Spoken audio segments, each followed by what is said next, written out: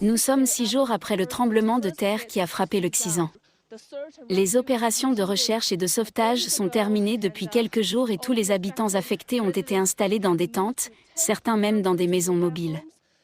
Nous suivons maintenant une équipe de volontaires, de pompiers et de policiers venus de toute la Chine pour aider les habitants à récupérer leurs biens les plus précieux dans ces maisons extrêmement vulnérables.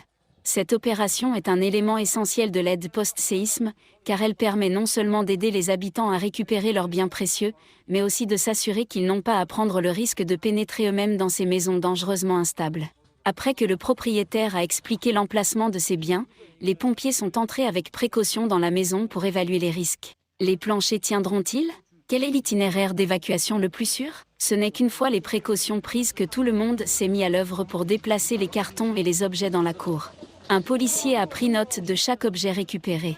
Le propriétaire de la maison a exprimé son soulagement et sa gratitude, se disant satisfait d'avoir récupéré ses biens les plus chers, des vêtements à l'argenterie, en toute sécurité. Avant que nous ne puissions interroger les policiers, qui sont venus d'autres régions du Xizang pour apporter leur aide, ils étaient déjà passés au site suivant.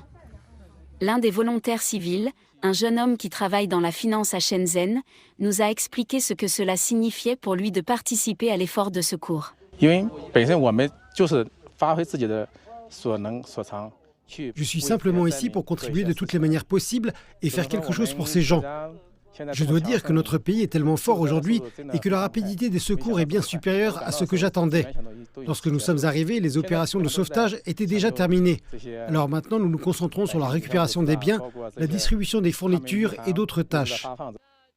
Comme c'était l'heure du déjeuner, nous avons suivi les pompiers jusqu'à un site voisin où leurs collègues avaient préparé des repas chauds pour les résidents sinistrés.